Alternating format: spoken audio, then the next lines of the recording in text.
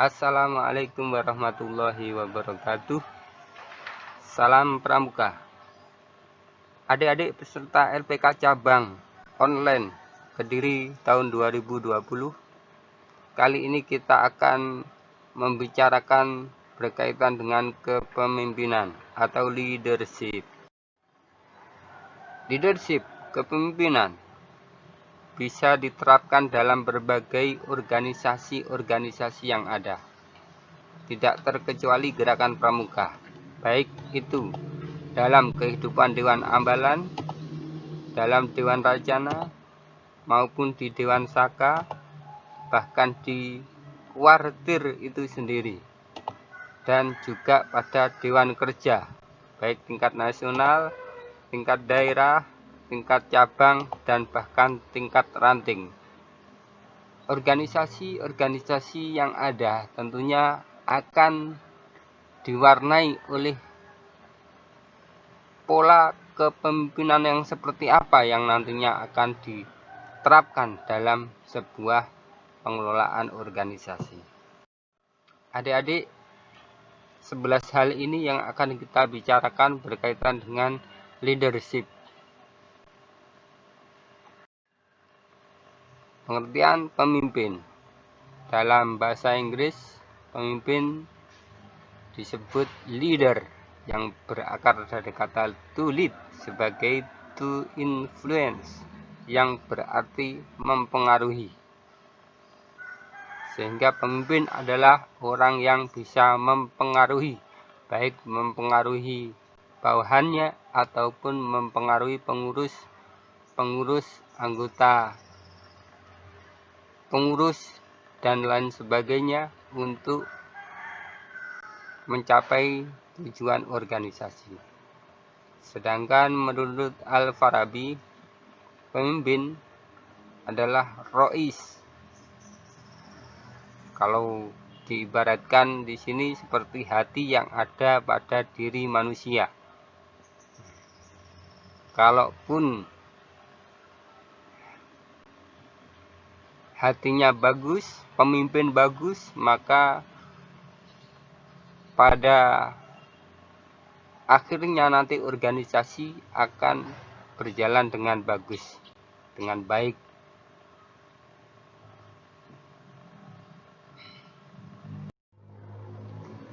Pengertian pemimpin menurut beberapa ahli, Suradinata mengatakan orang yang memimpin kelompok 2 orang atau lebih, baik organisasi maupun keluarga, itu dinamakan pemimpin.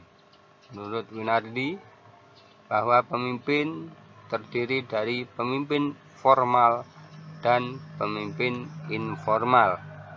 Pemimpin formal terkait dengan organisasi tertentu, baik swasta maupun pemerintah, yang ditunjuk berdasarkan surat keputusan pengangkatan dari organisasi yang bersangkutan. Kalau pemimpin informal tanpa ada surat keputusan pengangkatan, meskipun demikian tetap dinamakan pemimpin juga, baik pemimpin formal maupun pemimpin informal. Sehingga dari berbagai pengertian yang ada dapat disimpulkan bahwa pemimpin adalah orang yang mendorong dan menggerakkan orang lain agar mau bekerja sama mencapai tujuan yang telah ditentukan.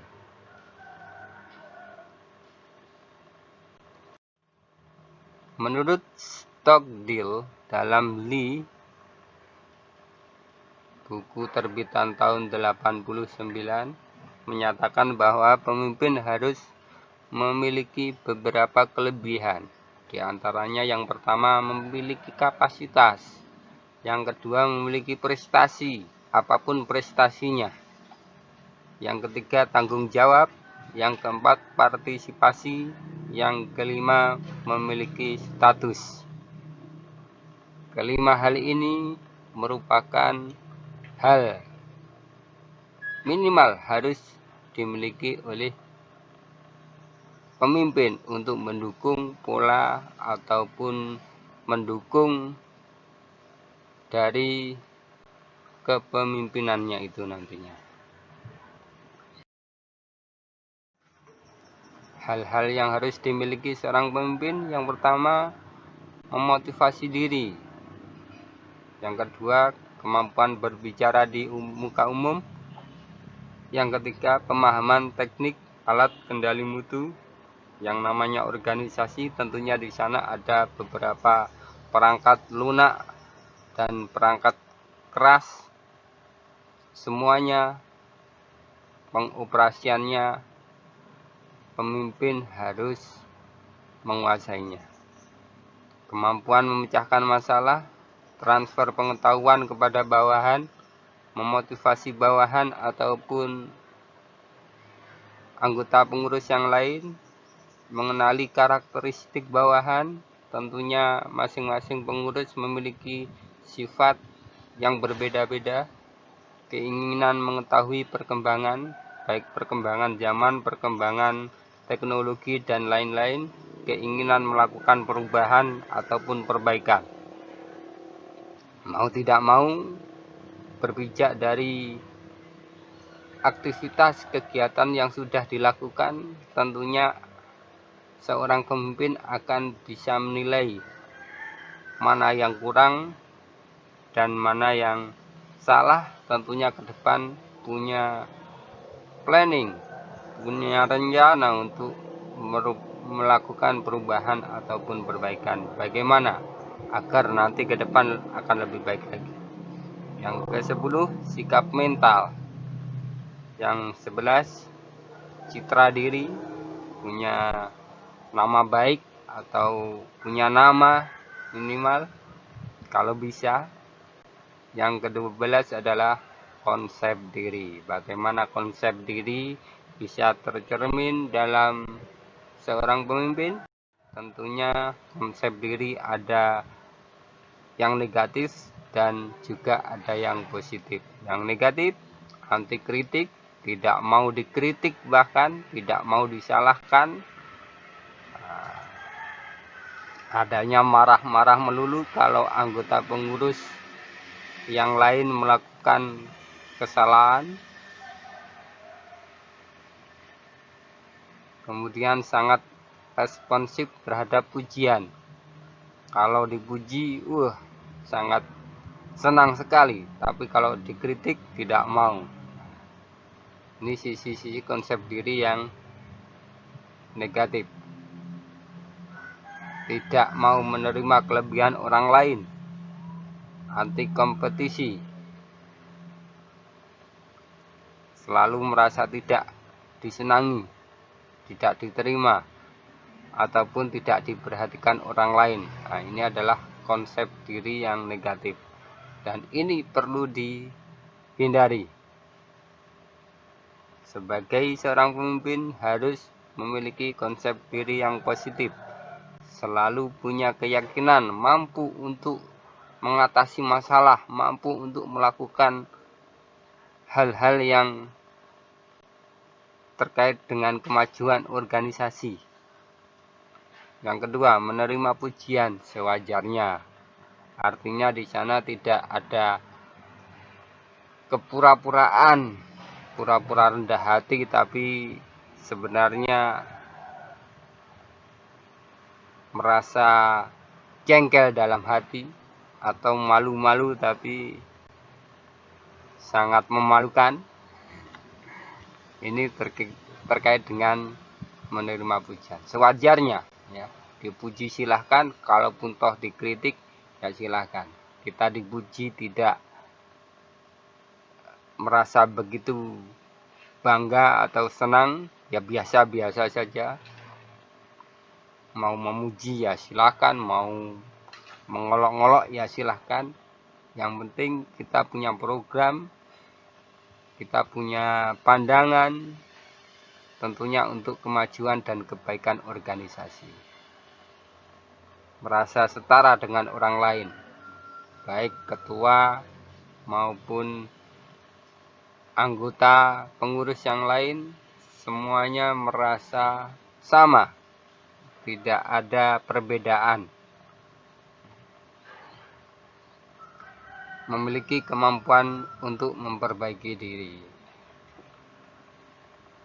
Yang selanjutnya adalah menyadari bahwa setiap orang punya perbedaan, baik perasaan, keinginan, potensi, juga perilaku, sehingga bisa saling menghargai.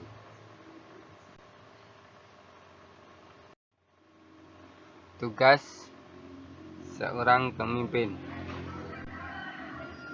adalah mengantarkan atau mengarahkan, mengetahui, kemudian mempelopori atau merintis, memberi petunjuk, nasihat, dan petuah, memberi bimbingan, membina untuk meningkatkan pengetahuan dan keterampilan para anggotanya, dan menggerakkan. Ini adalah tugas pemimpin. Apakah pemimpin harus ketua? Tidak, semuanya adalah pemimpin, baik itu wakil, sekretaris, bendahara, ketua bidang, dan anggota bidang, semuanya adalah pemimpin. Ciri-ciri pemimpin yang efektif. Efektif atau tidak, silahkan merefleksi diri adik-adik terkait dengan ciri-ciri pemimpin yang efektif di sini. Sudah sesuai apa belum? Kalau belum sesuai, mari kita sesuaikan. Mana yang sudah sesuai perlu kita tingkatkan terkait dengan bagaimana menjadi pemimpin yang efektif. Masih lanjutan terkait dengan perilaku pemimpin yang efektif. Memberikan contoh kepada pengurus yang lain ataupun kepada bawahannya dan lain-lain, menciptakan suatu tatanan nilai dan keyakinan bagi anggota pengurus. Ada aturan-aturan atau norma-norma yang disepakati dalam organisasi. Memfokuskan upaya para anggota pengurus yang lain terhadap tujuan yang menantang dan terus mengarahkan kepada mereka untuk mencapai tujuan. Menyediakan sumber daya yang dibutuhkan anggota pengurus yang lain untuk mencapai tujuan. Dewan kerja itu butuh apa? Tentunya harus dicari sumber daya manusia yang cocok terkait dengan kebutuhan dalam dewan kerja itu sendiri. Menghargai dan mendukung para anggota pengurus yang lain. Meskipun beda pendapat, beda pemikiran, tentunya sikap kita tetap agar menghargai dan mendukung para anggota pengurus yang lain. Mendukung bukan asal mendukung, tapi mendukung berdasarkan sebuah pemikiran dan sebuah keputusan akhir, saya mendukung atau tidak, dan kalau mendukung seperti apa, kalaupun tidak mendukung, sikapnya seperti apa. Ini terkait dengan perilaku pemimpin yang efektif. Berkomunikasi dengan para anggota pengurus yang lain, harus ada komunikasi. Tanpa komunikasi, maka organisasi itu akan lumpuh, akan tidak ada sebuah aktivitas, sehingga diperlukan komunikasi. Dengan komunikasi, pemimpin tersebut akan menjadi pemimpin yang efektif. Tentunya organisasi juga akan berjalan dengan normal. Menghargai keragaman para anggota pengurus yang lain, merayakan keberhasilan. Kalaupun ada anggota pengurus yang mencapai sebuah kesuksesan atau prestasi, perlu kita berikan apresiasi. Mendorong kreativitas di antara para anggota pengurus yang lain, mempertahankan selera humor. Ada humor ya, sekali-kali yang namanya dewan kerja ya diselingilah dalam kehidupan di dewan kerja. Mungkin pada saat kegiatan apa ya sekali-kali ada humor, selingan. Namun harus dilihat juga kondisinya, situasinya seperti apa. Jangan asal humor tapi melakukan joke-joke yang sesuai pada situasi-situasi yang ada. Menetap terus masa depan. Yang jelas organisasi punya pandangan ke depan, punya cita-cita dan tujuan apa yang harus dicapai ke depan. Ini merupakan sasaran tatapan masa depan. Apa itu kepemimpinan? Kalau tadi kita sudah bicara konsep pemimpin, sedangkan kepemimpinan itu sendiri adalah proses saling mempengaruhi antara pemimpin dan pengikut untuk mencapai tujuan organisasi. Antara ketua dengan anggota pengurus yang lain, nah ini akan saling mempengaruhi karena semuanya memiliki kelebihan dan kekurangan masing-masing. Selanjutnya, kepemimpinan merupakan kemampuan untuk mempengaruhi dan menggerakkan orang lain guna mencapai tujuan tertentu.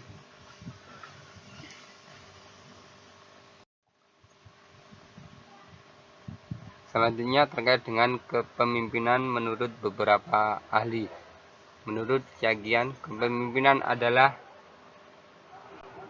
kemampuan seseorang untuk mempengaruhi perilaku bawahan. Dari perilaku yang individualis dan egosentris menjadi perilaku yang serasi dengan perilaku organisasi.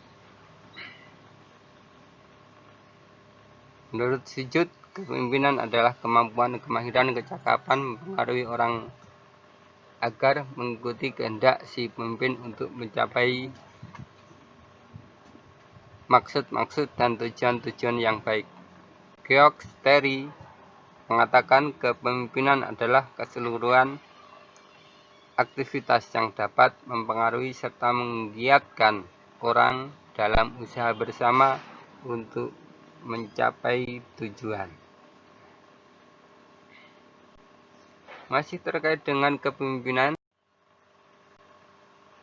menurut Suradinata, kepemimpinan adalah kemampuan seorang pemimpin untuk mengendalikan, memimpin, mempengaruhi pikiran, perasaan, ataupun tingkah laku orang lain untuk mencapai tujuan yang telah ditentukan sebelumnya. Menurut Winardi, kepemimpinan adalah merupakan suatu kemampuan yang melekat pada diri seorang yang memimpin yang tergantung dari macam-macam faktor, baik faktor intern maupun faktor ekstern.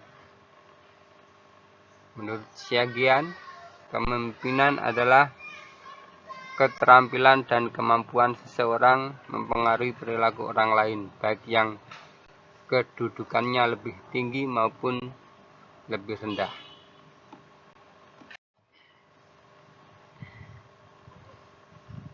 Ini masih pada konsep pengertian kepemimpinan menurut beberapa ahli, bisa dibaca di sini. Sampai pada menurut Robert Tenenbaum dan juga Harold Kuntz dan Grill O'Donnell.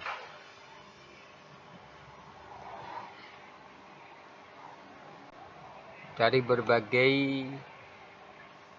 definisi arti kepemimpinan, di sini dapat disimpulkan bahwa kepemimpinan adalah proses mempengaruhi orang lain untuk mendukung mencapai tujuan organisasi yang relevan.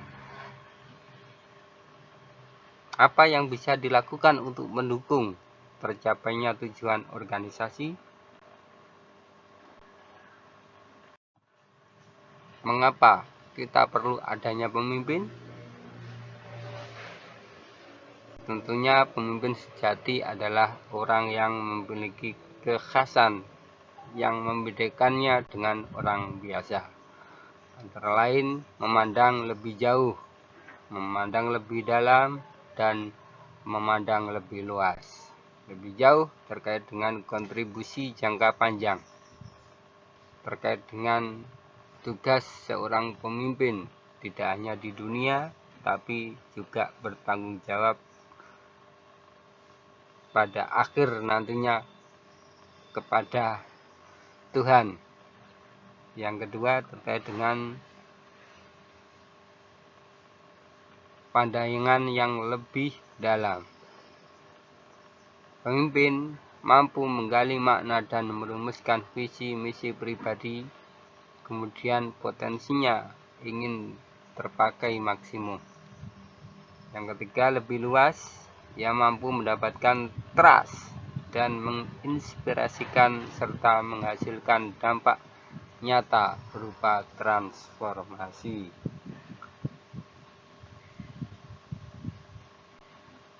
Sehingga terkait dengan kepemimpinan yang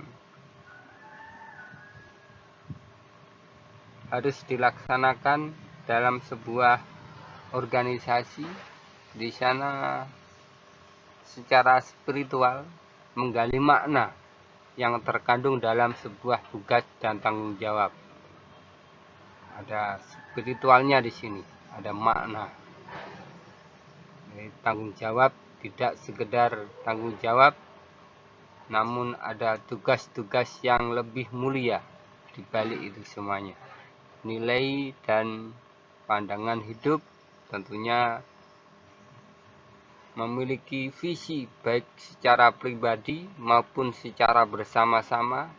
Dari pandangan-pandangan pribadi kemudian disatukan menjadi sebuah tujuan organisasi, yakni tujuan yang akan dicapai secara bersama-sama. Menginspirasi sehingga orang lain bisa bergerak bersama-sama, menata sehingga orang bisa bertumbuh, orang bisa beraktivitas, orang bisa melakukan sesuatu hal, dan yang terakhir adalah mengangkat hati untuk memelihara gerak. Kalau sudah tumbuh dalam hati, maka kesemangatan akan muncul. Dengan demikian, gerakan ataupun aktivitas tentunya juga akan meningkat. Karena apa? Berangkat dari sebuah panggilan hati, skill interpersonal, kembali pada diri masing-masing anggota pengurus. Kalau tadi berangkat dari individual, nanti akhirnya akan kembali pada individual anggota masing-masing pengurus. Menseleksi calon pemimpin, transformasi dan gerak, pengelolaan dengan prinsip 6M. Ada manusia, ada money, uang yang dikelola, ada material, ada bahan di sini, ada mesin ataupun alat yang digunakan dalam pengelolaan organisasi, ada metode, dan ada market, pasar. Bagaimana terkait dengan citra dari Dewan Kerja itu sendiri. Ini kalau kita berbicara market pada organisasi, apakah DKR ataupun anggota pengurus DKR dipandang baik atau tidak oleh para dewan ambalan yang ada di wilayahnya, ataupun DKC apakah dipandang baik atau tidak oleh DKR ataupun yang lainnya. Ini terkait dengan market. Manajemen adalah fungsi. Sedangkan kepemimpinan di sini adalah panggilan atau kualitas diri maupun kualitas hati. Di sini bisa kita pilah-pilah antara manajemen, manajer, dan pemimpin. Terkait dengan pemimpin, pemimpin baik yang kita harapkan, pemimpin itu baik, tapi ada kalanya dalam mengelola, dalam memanage kegiatan baik juga. Ini yang kita harapkan. Namun ada juga pemimpin itu ada kalanya pemimpinnya baik, tapi dalam memanage, mengelola kegiatannya buruk. Nah, ini perlu kita perhitungkan. Kenapa pengelolaannya buruk, tapi sebenarnya pemimpinnya itu sendiri adalah baik. Ada pula pemimpin itu tidak baik, namun dalam mengelola manajemen, mengelola organisasi sangat baik sekali. Jadi di sini ada sebuah faktor lain mengapa pemimpin yang tidak baik dalam pengelolaan organisasi justru malah baik. Ataupun ada juga pemimpinnya tidak baik dan mengelola organisasinya juga tidak baik. Ini yang tidak kita harapkan. Semuanya ini akan mewarnai apakah dalam dewan kerja pemimpin baik ataupun tidak baik. Manajemen, pengelolaan organisasinya apakah baik atau tidak. Ini bisa kita pilah-pilah, dan di dewan kerja adik-adik masuk di nomor yang berapa? Nomor yang baik, nomor 1. Para pemimpinnya baik dan pengelolaannya baik ataupun yang lainnya.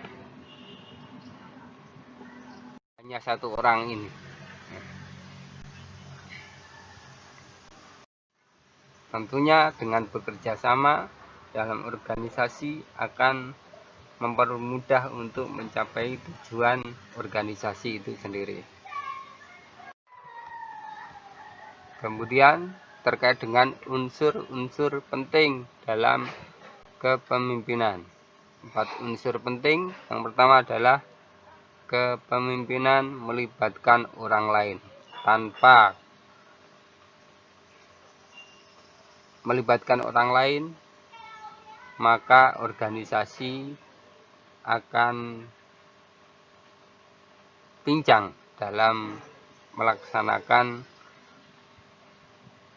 kehidupan di dalam organisasi itu sendiri. Kepemimpinan melibatkan distribusi kekuasaan. Tentunya di sana ada pengambil kebijakan yang diputuskan secara bersama-sama. Kepemimpinan adalah kemampuan menggunakan berbagai bentuk kekuasaan untuk mempengaruhi tingkah laku pengikut maupun bawahan maupun anggota pengurus yang lain, bahkan kepada orang lain. Yang keempat, kepemimpinan adalah mengenai nilai. Seberapa besar kemampuan dari seorang pemimpin itu bisa mempengaruhi atau berpengaruh terhadap orang lain. Ini 4 unsur dari kepemimpinan.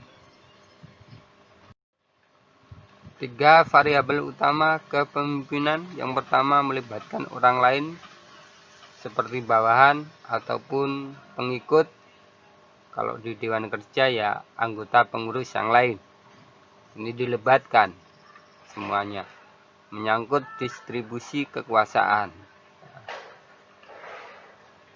Wakil, sekretaris, bendahara, ketua bidang, bahkan anggota bidang memiliki kekuasaan masing-masing sesuai dengan tugas pokok dan fungsi dari tanggung jawab yang diberikan, menyangkut penanaman pengaruh dalam rangka mengarahkan bawahan.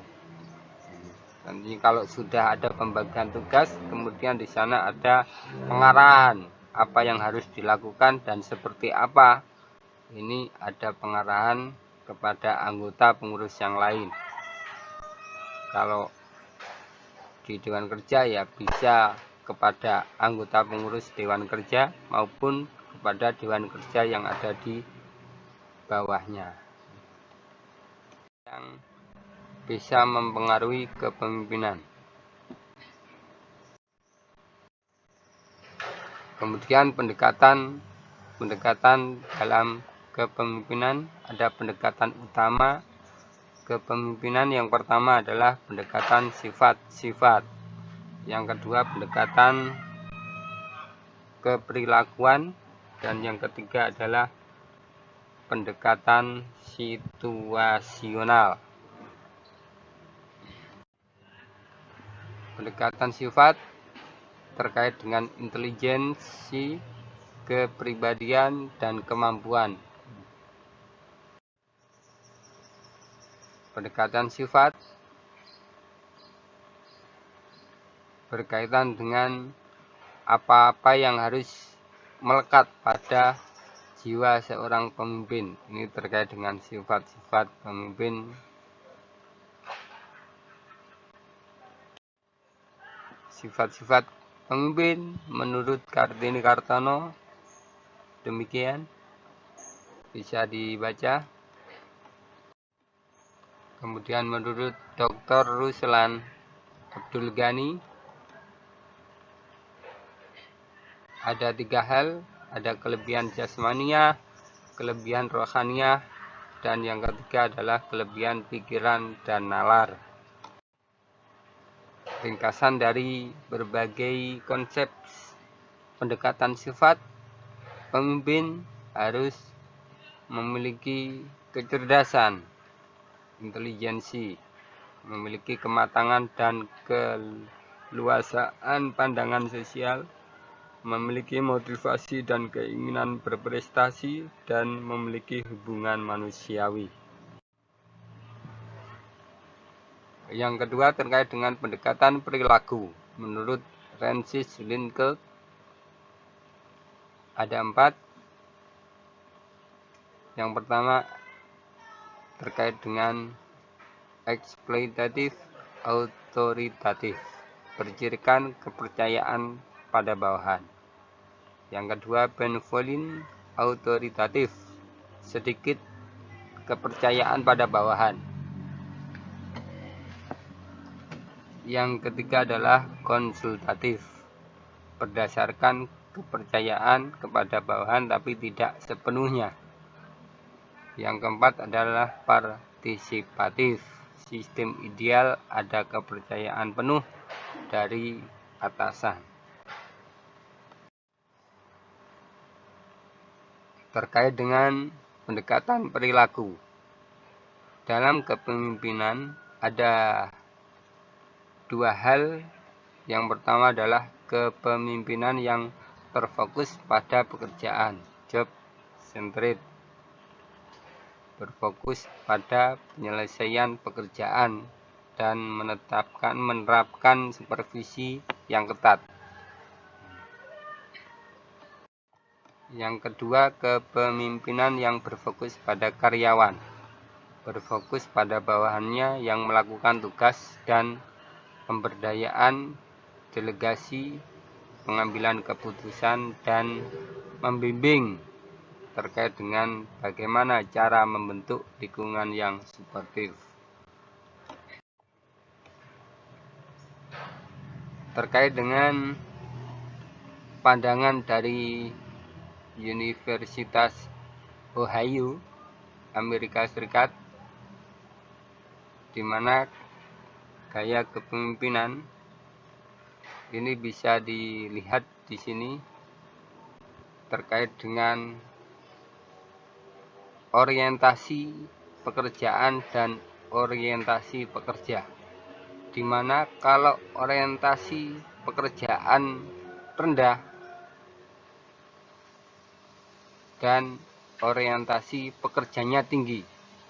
Katakanlah di sini dalam melaksanakan pekerjaannya sangat buruk, tapi memiliki cita-cita yang tinggi, memiliki semangat yang tinggi, namun dalam mengerjakan tugas sangat buruk sekali. Ada juga seperti itu. Atau memiliki orientasi pekerjaan yang tinggi, bekerjanya bagus, dan juga memiliki tujuan yang bagus. Pekerjanya, orientasinya memiliki pandangan yang bagus, cita-citanya bagus, bekerjanya juga bagus. Nah, ini yang kita harapkan. Ada juga yang dalam melaksanakan tugasnya sangat bagus, namun memiliki orientasi yang jelek, yang rendah. Satu contoh, wah saya ini harus untung, kalau nggak untung nggak mau saya. Tapi dalam melaksanakan tugas ataupun melaksanakan kegiatannya baik sekali, cuma orientasinya ini yang rendah, orientasi bekerjanya. Dan yang terakhir adalah dalam melaksanakan tugas fungsinya tidak maksimal, jelek, orientasinya material lagi, jelek lagi. Nah, ini yang tidak kita harapkan. Nah, di Dewan Kerja masuk yang mana ini? Masuk yang orientasi pekerjaannya tinggi dan orientasi pekerjanya tinggi, ataupun yang lainnya. Silahkan direfleksi organisasi masing-masing. Tentunya yang kita harapkan adalah yang memiliki orientasi pekerjaan yang tinggi dan orientasi pekerja yang tinggi. Yang selanjutnya adalah pendekatan situasional. Efektivitas dari pemimpin tidak hanya ditentukan oleh gaya kepemimpinan, tetapi ditentukan juga oleh situasi yang ada dalam kepemimpinan tersebut. Faktor situasi meliputi karakteristik dari pemimpin dan bawahan, sifat dari tugas, struktur kelompok, dan jenis dari penguatan. Selanjutnya terkait dengan asas kepemimpinan. Asas-asas kepemimpinan yang pertama, iman dan takwa kepada Tuhan. Yang kedua, ingarso sung tulodo, di depan memberikan contoh teladan. Ing madya mangun karso, di tengah memberikan sebuah semangat atau membangun semangat. Yang keempat adalah tutwuri handayani, di belakang memberikan motivasi dan dorongan. Asas yang kelima, waspodo purbo waseso, waspada dan selalu memberikan kontrol, pengawasan kepada bawahan. Yang keenam adalah ambek paramo arto, mampu memilih yang tepat mana yang harus didahulukan. Yang ketujuh adalah asas prasaja, ya, bersahaja. Yang kedelapan, satya, ini artinya loyal ataupun timbal balik. Yang kesembilan adalah geminastiti, hemat cermat. Dan yang ke-10 adalah legowo, ikhlas, rela hati. Ini asas kepemimpinan. Terkait dengan hal selanjutnya berkaitan dengan aspek-aspek kepemimpinan. Ada aspek internal dan eksternal. Aspek internal ini terkait dengan pandangan seorang pemimpin ke arah masalah-masalah ketatalembagaan, terkait dengan keadaan, gerak, tuntutan, dan tujuan organisasi. Terkait dengan eksternal adalah pandangan seorang pemimpin yang diarahkan keluar organisasi untuk melihat perkembangan situasi masyarakat. Yang ketiga, aspek tingkah laku.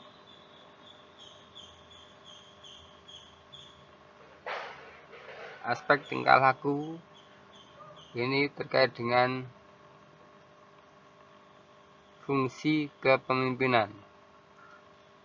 Aspek yang dipertahankan untuk kelompok dan berkaitan dengan tugas yang harus dilaksanakan oleh pemimpin agar dapat berfungsi secara efektif. Yang selanjutnya berkaitan dengan gaya kepemimpinan. Berbagai pola tingkah laku yang disukai oleh pemimpin dalam proses mengarahkan dan mempengaruhi pekerja. Ini ada 3 aspek kepemimpinan. Yang pertama internal, eksternal, dan aspek tingkah laku.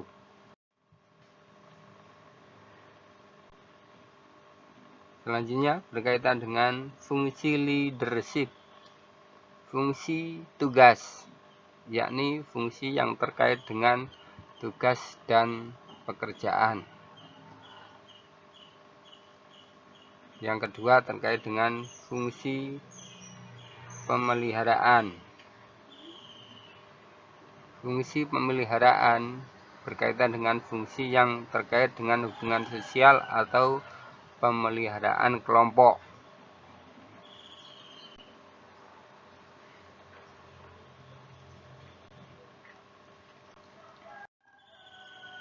Dimensi fungsional kepemimpinan. Dimensi fungsional kepemimpinan yang pertama terkait dengan fungsi tugas, kemudian fungsi pemeliharaan.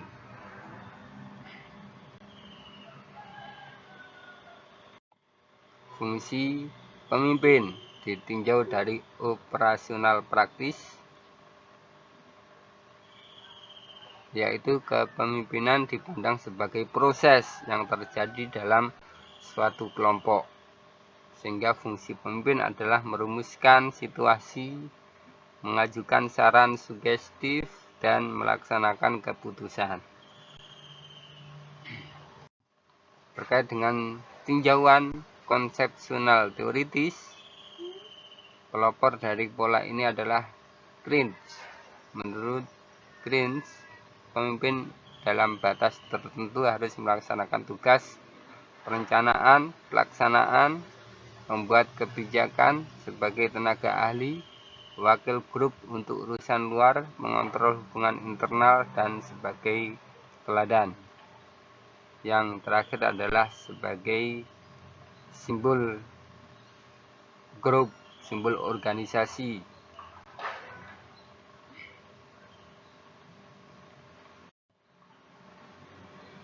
Tipologi kepemimpinan. Ada beberapa tipe kepemimpinan yang selama ini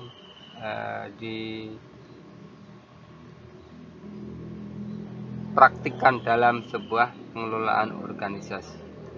Ada tipe kepemimpinan autokratis, ada kepemimpinan laissez-faire, seperti ini arahnya dan ciri-cirinya.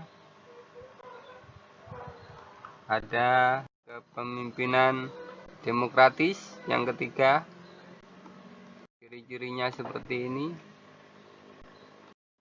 Ada kepemimpinan militeris, ada kepemimpinan paternalistik, ada kepemimpinan karismatik yang keenam,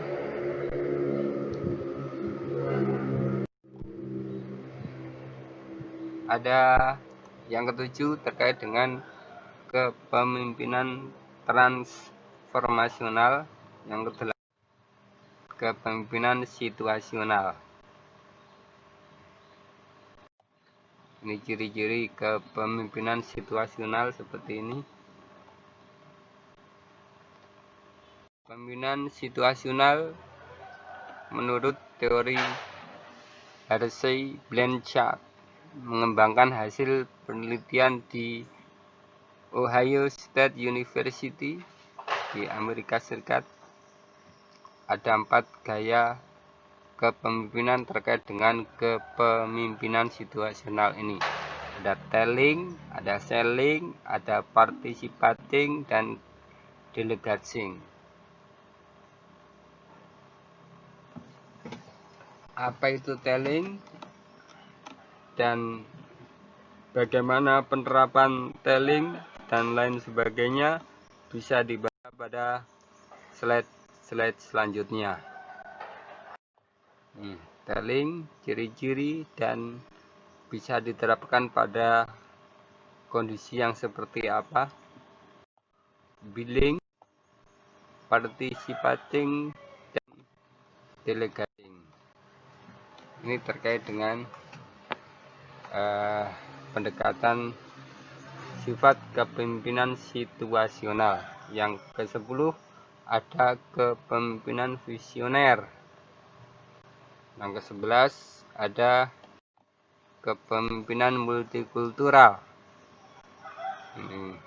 Yang ke-12 ada kepemimpinan Islami.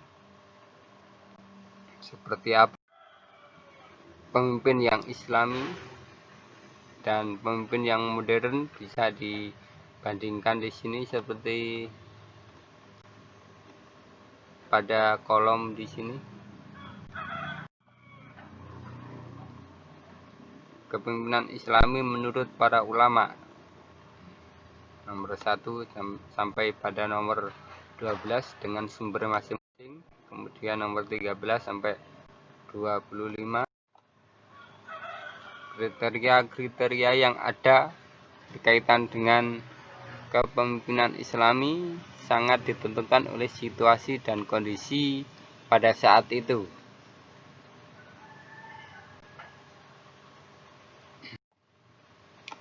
Secara umum ada persamaan terkait dengan persyaratan yang bersifat fisik. Artinya pemimpin harus memiliki fisik yang prima, sehat dan kuat. Kemudian persyaratan yang bersifat mental dan spiritual. Seorang pemimpin dituntut untuk memiliki kualitas mental pribadi yang teruji, seperti jujur, adil, dan terpercaya. Dan selanjutnya persyaratan yang bersifat keahlian dan kemampuan. Seorang pemimpin harus berilmu, berwawasan luas, cerdas, kompeten, profesional, dan bertanggung jawab. Selanjutnya, jika melihat mendekati yang digunakan oleh para ulama sangat beragam. Kondisional yang digagas oleh Ibnu Taimiyah dapat dikatakan bahwa ia menggunakan pendekatan situasional sehingga fleksibel. Keteladanan kepemimpinan Rasulullah Shallallahu Alaihi Wasallam. Menurut Michael Hart dalam bukunya yang berjudul 100 Tokoh Dunia tahun 94 terbitan, menempatkan Nabi Muhammad sebagai pemimpin pada urutan yang pertama. Kenapa? Karena tidak ada pemimpin sekaliber Nabi Muhammad Shallallahu Alaihi Wasallam. Ini menurut Michael Hart.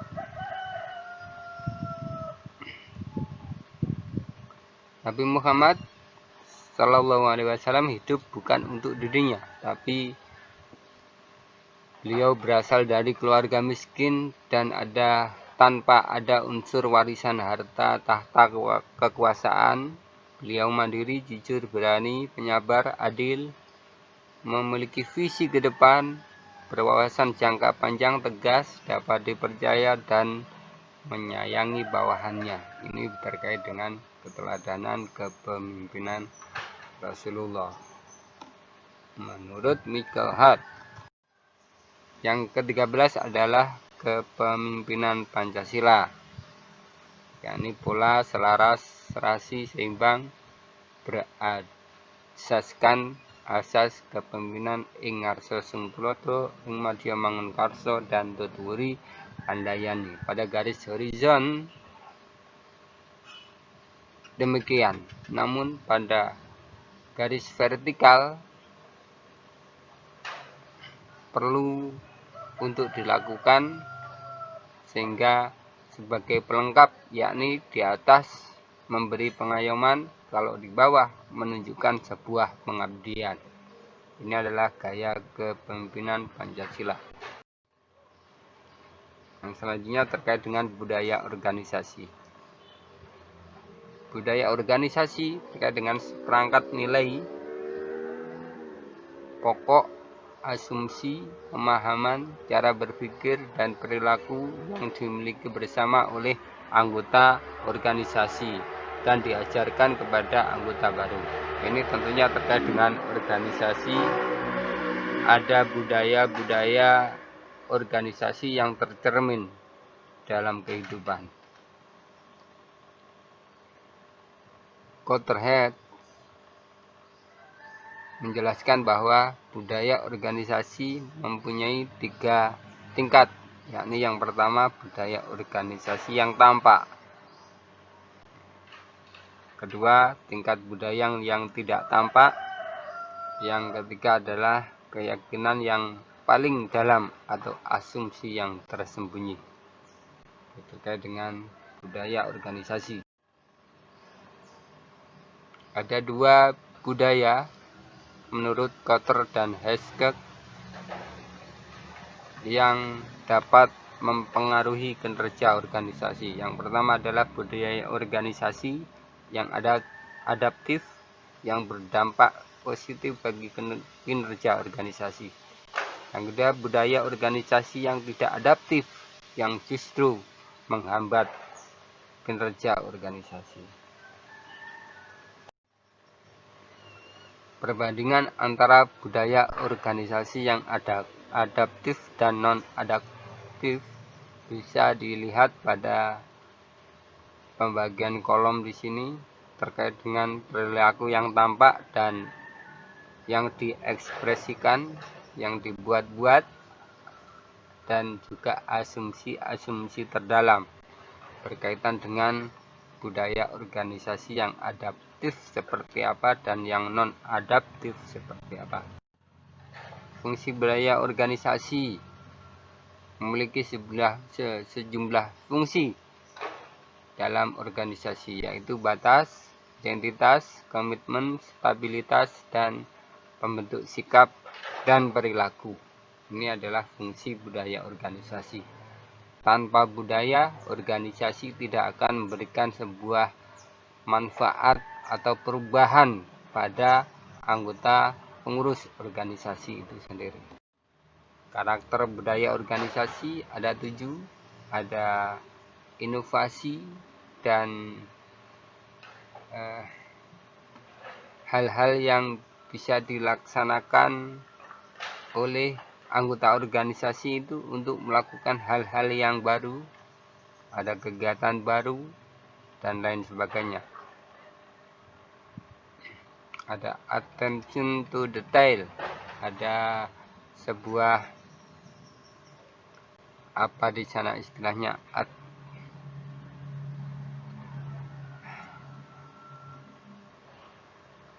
ada aturan-aturan yang jelas, yang detail yang dilakukan oleh para anggota pengurus.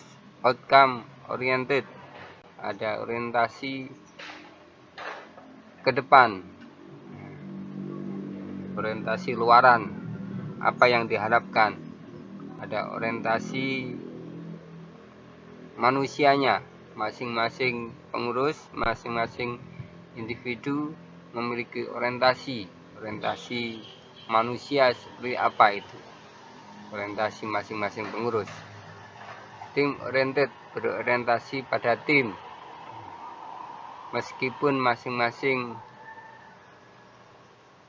pengurus, masing-masing orang memiliki orientasi sendiri-sendiri, dari berbagai orientasi yang ada, kemudian disatukan menjadi sebuah orientasi tim. Kemudian ada aggressiveness,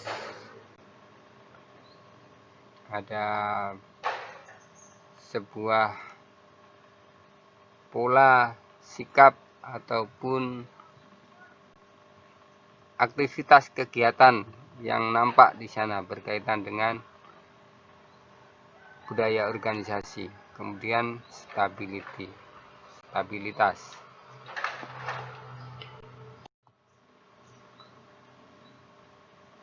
Pemimpin juga harus menyadari ada 4 macam budaya korporat. Yang pertama yaitu budaya birokrasi, budaya klan, budaya achievement, dan budaya adaptability.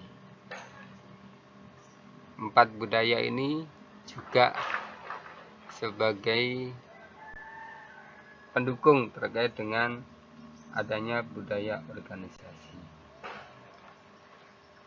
Birokratis, clean, achievement, dan adaptability bisa dilihat pada kolom ini terkait dengan budaya yang ada. Kalau budaya klan dan budaya birokratik ini adalah fokus internal, yakni budaya yang tercermin dalam Dewan Kerja itu sendiri. Kalau hanya 2 ini, budaya klan dan budaya birokratik. Tapi kalau memiliki 2 budaya yang lain, budaya klan dan budaya adaptability, berarti di sana adalah memiliki sebuah budaya fleksibel di sini, fleksibilitas. Kemudian ada fokus eksternal. Kalau budaya itu adalah budaya adaptabilitas dan budaya achievement. Kalau hanya budaya achievement dengan budaya birokratik saja, berarti di sana adalah stabilitas. Maunya di mana? Maunya pada fokus internal atau fleksibilitas, atau fokus internal atau stabilitas, atau semuanya. Keempat dimensi ini ada pada Dewan Kerja. Dari 4 budaya ini juga semuanya berlaku dalam sebuah organisasi. Itu tergantung dari pola bagaimana masing-masing anggota pengurus untuk menciptakan budaya 4 budaya korporat ini.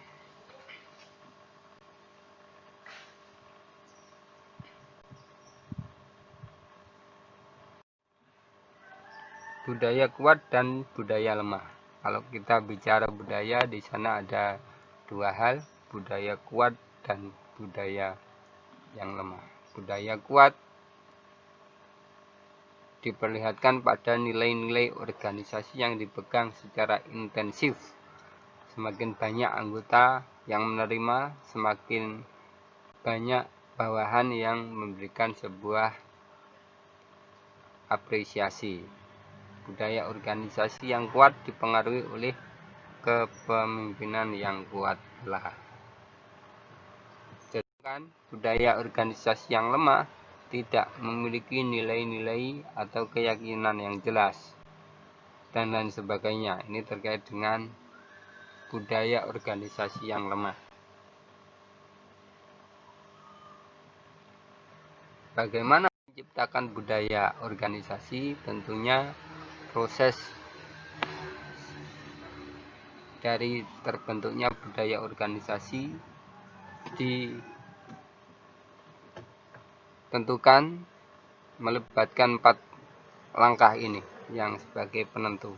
Sang pemimpin mempunyai ide, kemudian sang pemimpin menyampaikan ide, kelompok utama mempengaruhi orang lain, dan anggota baru yang masuk diajarkan dan dibentuk agar menerima, meyakini, dan menjiwai budaya organisasi yang telah dibentuk. Tanpa 4 hal ini, maka budaya organisasi akan putus di tengah jalan. Manajemen konflik.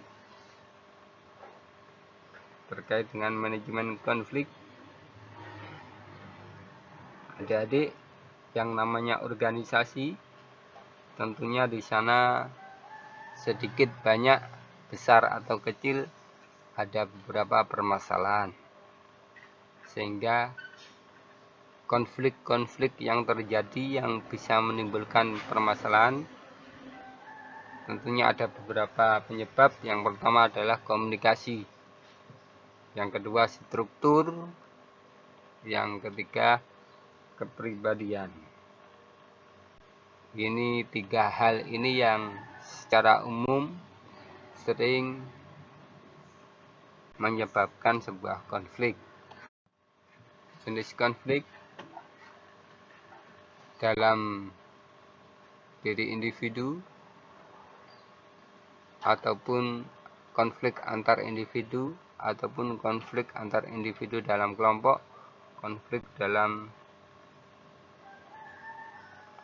kelompok, konflik antar kelompok, badan, bagian dalam organisasi. Yang kelima adalah konflik antar organisasi. Ini adalah jenis-jenis konflik. 3 jenis konflik. Metode penyelesaian konflik. Yang pertama konsensus, yang kedua konfrontasi, yang ketiga adalah superordinate goal. Ini adalah 3 metode penyelesaian. Metode pengelolaan.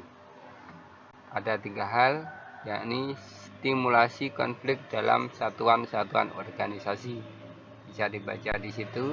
Kemudian pengurangan konflik jika terlalu tinggi atau menurunkan produktivitas, yakni pendinginan suasana. Yang ketiga adalah penyelesaian konflik dengan cara smoothing atau avoidance atau forging. Selanjutnya, setelah kegiatan LPK selesai, apa yang bisa adik-adik lakukan untuk meningkatkan kualitas kepemimpinan, baik di Dewan Kerja maupun Dewan Ambalan? Silakan berpikir. Yang jelas, apapun yang adik-adik pikirkan adalah untuk masa depan organisasi adik-adik. Sekian. Jika ada hal-hal yang kurang dipahami, nanti bisa kita diskusikan pada waktu yang sudah terjadwal. Terima kasih, mohon maaf. Dari kakak sekian. Wassalamualaikum warahmatullahi wabarakatuh. Salam Pramuka.